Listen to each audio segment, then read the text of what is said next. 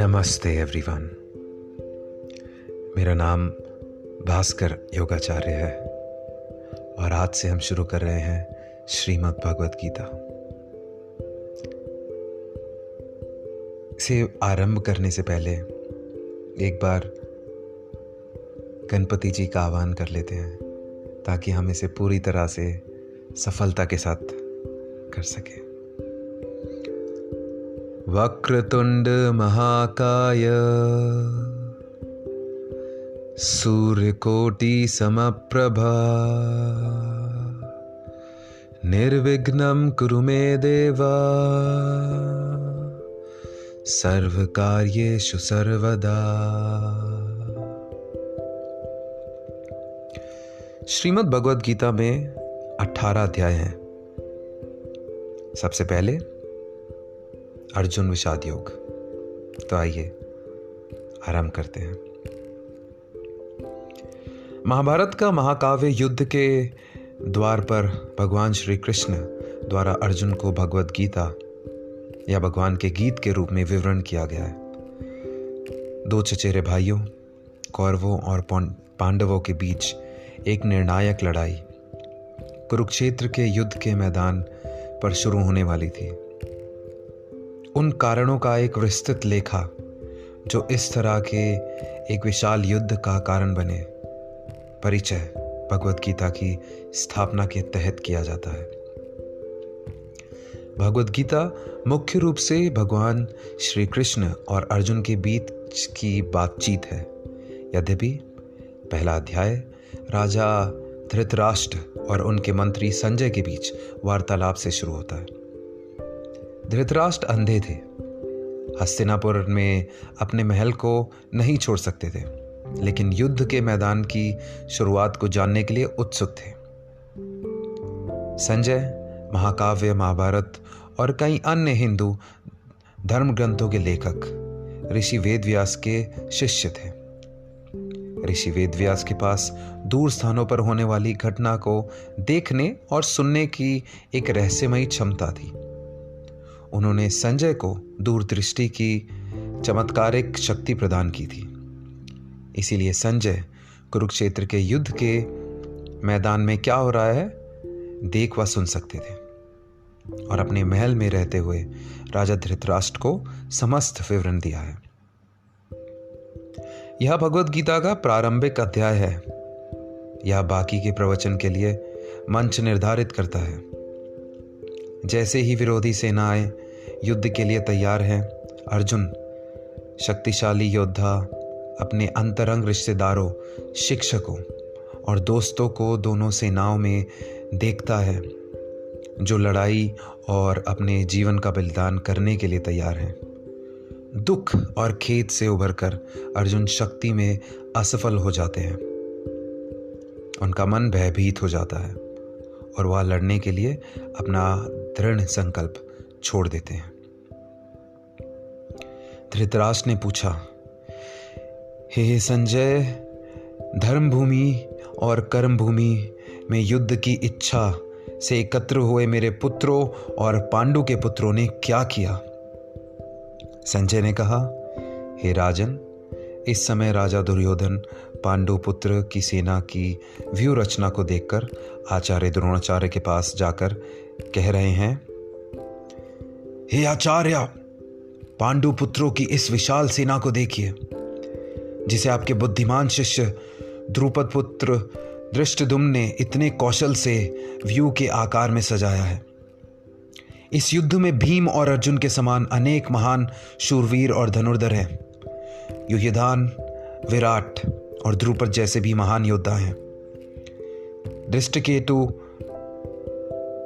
चेकितान तथा काशीराज जैसे महान शक्तिशाली और पुरोहित, कांतिभोज तथा शैब्य जैसे मनुष्यों में श्रेष्ठ योद्धा भी हैं।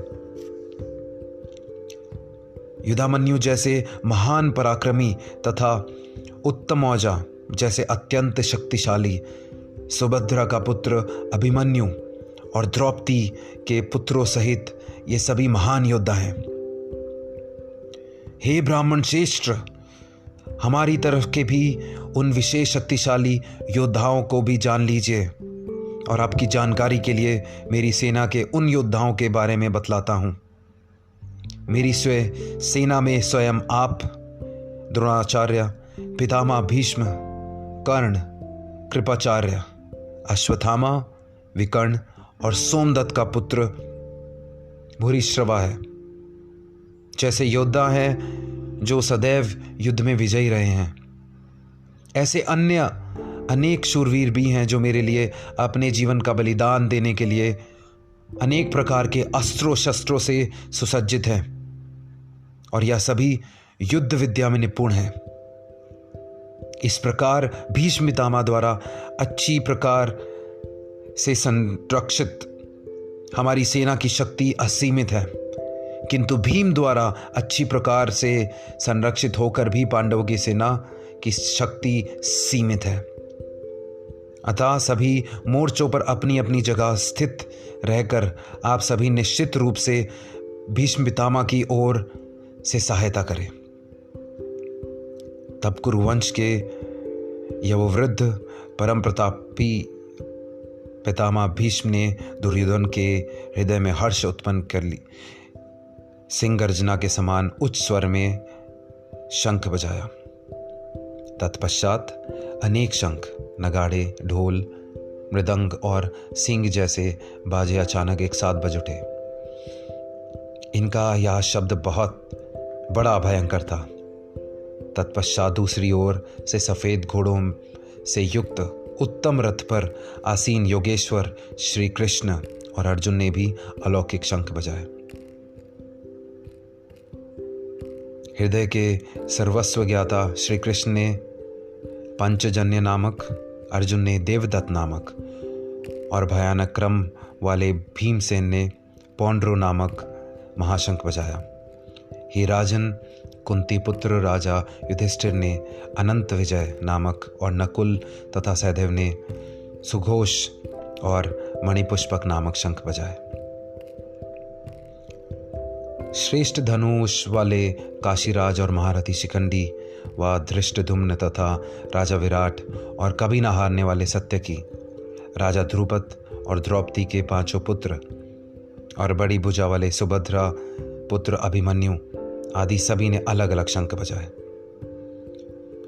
उस भयंकर ध्वनि ने आकाश और पृथ्वी को गुंजायमान करते हुए धृतराष्ट्र के पुत्रों के हृदय में शोक उत्पन्न कर दिया।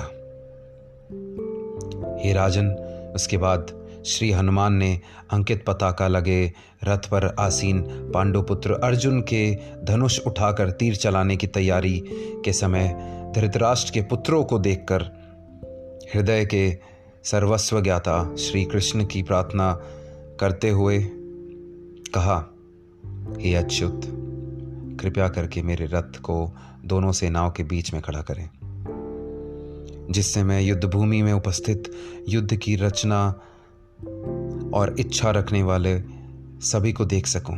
युद्ध में मुझे किन किन के साथ युद्ध करना है, मैं उनको भी देख सकूं। जो यह राजा लोग यहाँ पर धृतराष्ट्र के दुर्बुद्धि पुत्र दुर्योधन के हित की इच्छा से युद्ध के लिए एकत्रित हुए हैं। संजय ने कहा, हे भारतवंशी, अर्जुन द्वारा इस प्रकार कहे जाने पर हृदय के पूर्ण ज्ञाता श्री कृष्ण ने दोनों सेनाओं के बीच में उस उत्तम रथ को खड़ा कर दिया। इस प्रकार भीष्म पितामह, आचार्य द्रोण तथा संसार के सभी राजाओं के सामने कहा कि हे पार्थ, युद्ध के लिए एकत्रित हुए इन सभी कुरुवंशों के सदस्यों को देखो।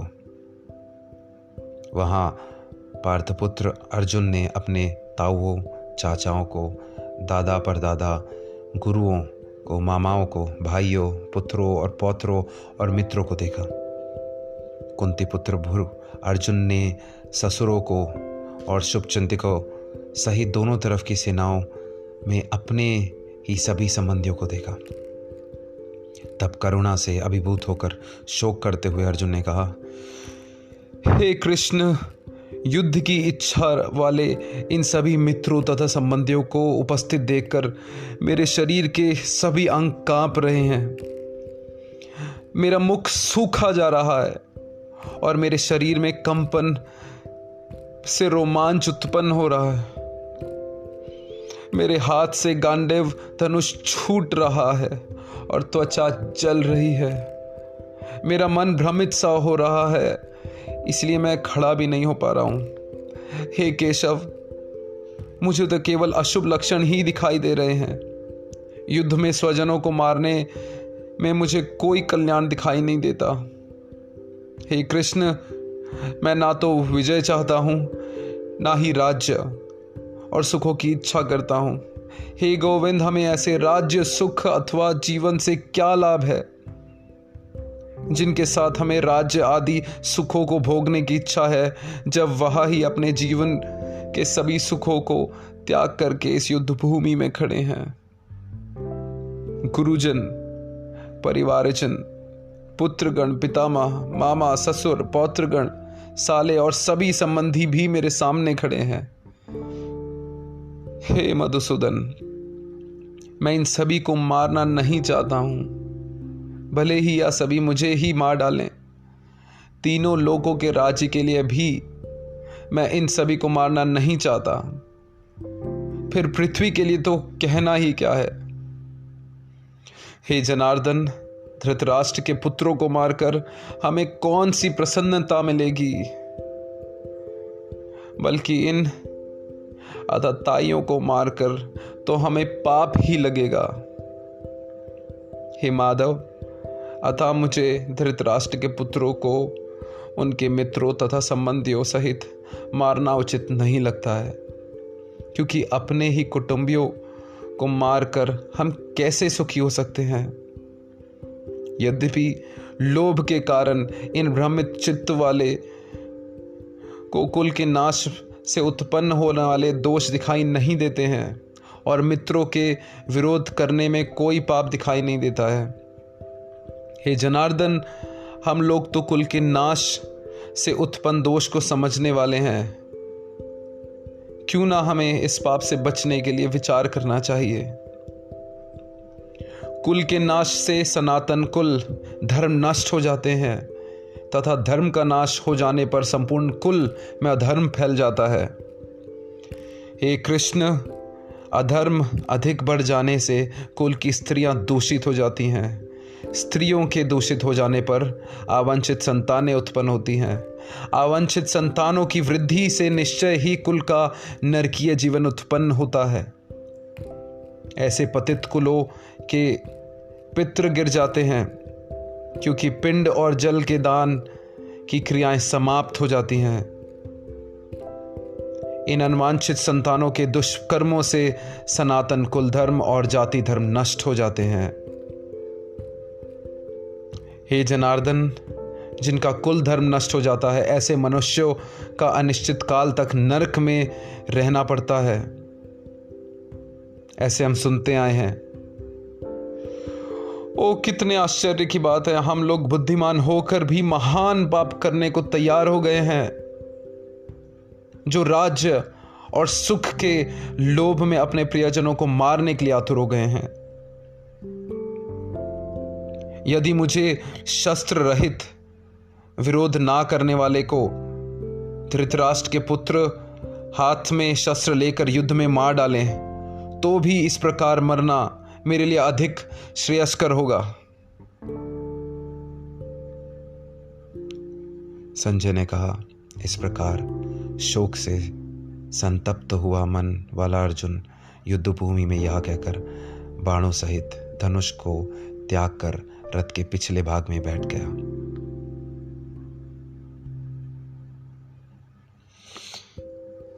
Thank you so much for listening everyone, and please सुनते रहिए श्रीमद् भगवद गीता। अगला एपिसोड कल आएगा।